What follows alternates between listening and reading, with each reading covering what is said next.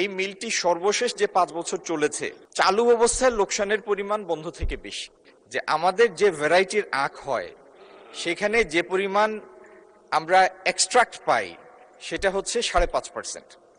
আর বিশ্বের অন্যান্য দেশে, বিশেষত আমরা যে দেশ থেকে চিনি আনি, ব্রাজিল থেকে, সেখানকার আখের এক্সট্রাকশন রেট হচ্ছে 10%। তার মানে একই পরিমাণ আখ মাড়াই করলে আপনি যে পরিমাণ চিনি এইখানে পাবেন তার দ্বিগুণ পাবেন ব্রাজিলে। 15টি চিনিকল আছে আমাদের সর্বমোট। বার্ষিক উৎপাদন ক্ষমতা 2,10,000 টন।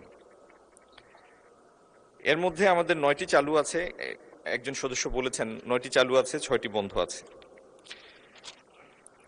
এই মুহূর্তে ব্যাংক ঋণের সুদ বাদে প্রতি কেজির উৎপাদন খরচ পড়ে 181 টাকা, আর সুদ যোগ করলে 260 টাকা পড়ে প্রতি কেজি চিনির মূল্য, উৎপাদন খরচ।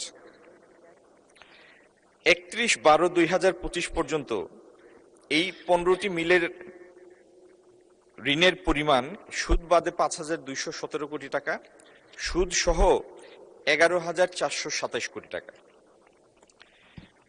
মাড়াই স্থগিত হওয়ার পরে পরবর্তী 5 বছরে, সর্বশেষ বছরে 15টি মিলের বাৎসরিক 2024-25 বছরে বাৎসরিক লোকসানের পরিমাণ ছিল 550 কোটি টাকা, 553 কোটি টাকা। আর যে মিলটির কথা আলোচনায় এসছে, Rangpur sugar mill, Rangpur sugar মিলে চিনিকলের উৎপাদন বন্ধ হওয়ার আগের 5 বছরে 15-16তে লোকসান ছিল 26 কোটি, চালু অবস্থায়, বন্ধ অবস্থায় 15-16তে 26 কোটি, 16-17তে 38 কোটি, 17-18তে 51 কোটি, 18-19-এ 60 কোটি, 19-20-এ 52 কোটি।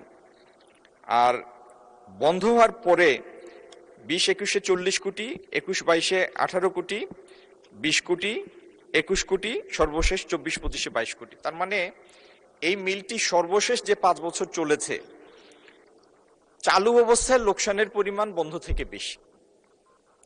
সমস্যাটা হচ্ছে মাননীয় স্পিকার কয়েকটি। একটি সমস্যা হচ্ছে আখ প্রাপ্তির, মানে আখের অপর্যাপ্ততা, এটি একটি সমস্যা।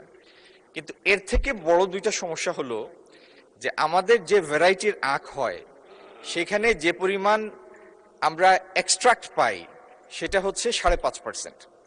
আর বিশ্বের অন্যান্য দেশে, বিশেষত আমরা যে দেশ থেকে চিনি আনি, ব্রাজিল থেকে, সেখানকার আখের এক্সট্রাকশন রেট হচ্ছে 10%। তার মানে একই পরিমাণ আখ মাড়াই করলে আপনি যে পরিমাণ চিনি এইখানে পাবেন তার দ্বিগুণ পাবেন ব্রাজিলে। দ্বিতীয়ত, এই মিলগুলি স্থাপিত হয়েছে মিড-50s-এ। প্রত্যেকটা ম্যানুফ্যাকচারিং এর তো একটা ইকোনমিক লাইফ থাকে, এই ইকোনমিক লাইফটা এই মিলগুলি অনেকাংশে হারিয়ে বসেছে। তারপরেও মাননীয় সদস্যদের ইচ্ছার প্রতি সম্মান রেখে আমি বলছি যে আপনারা সম্পৃক্ত হয়ে এই মিলগুলি চালু করতে চান, আপনাদের সম্পৃক্ত করে আমরা ইনশাল্লাহ এটার সম্ভাব্যতা যাচাই করব, তারপরে আপনাদের মতামতের ভিত্তিতেই আমরা এই সিদ্ধান্ত নিব। আমি সিদ্ধান্ত প্রস্তাব উত্থাপনকারী মাননীয় সদস্যকে অনুরোধ করব এই আশ্বাসের আলোকে আপনি আপনার প্রস্তাবটি প্রত্যাহার করে নিন। ধন্যবাদ মাননীয় স্পিকার।